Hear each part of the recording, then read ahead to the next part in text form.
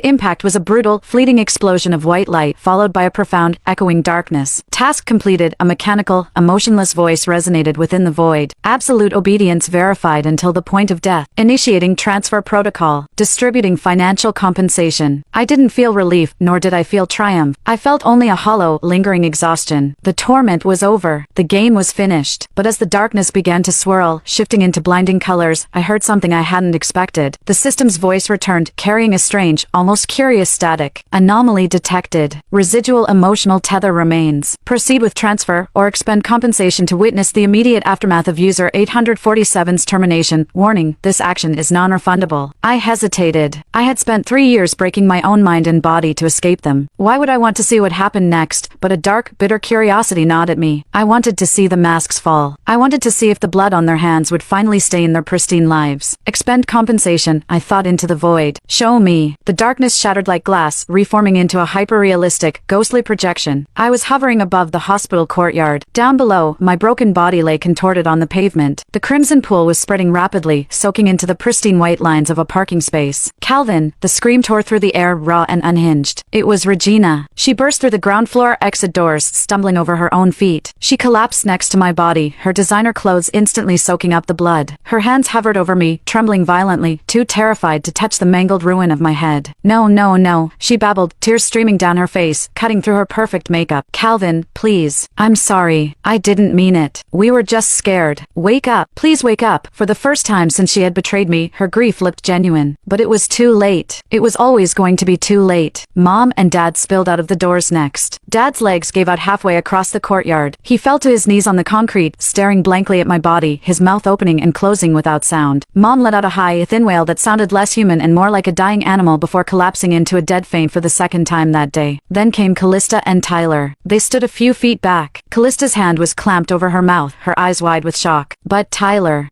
wasn't crying. His face was pale, yes, but as he looked down at my shattered corpse, a fleeting, almost imperceptible smirk tugged at the corner of his mouth. He had won. The biological son was dead. The inheritance, the family name, Regina, it was all his. Or so he thought. Step back, everyone, step back. The paramedics, who had been rushing toward the scene, finally broke through the crowd that had started to gather. They checked for a pulse out of protocol, but the grim shake of the lead paramedic's head confirmed what everyone already knew. System, I thought. Fast forward. Show me the fallout. The world blurred, spinning rapidly like a fast-forwarded film reel. Days bled into weeks. I watched my own funeral. It was a grand, hypocritical affair. My parents wept openly. Callista stood stoically, leaning on Tyler. Regina wore a black veil, refusing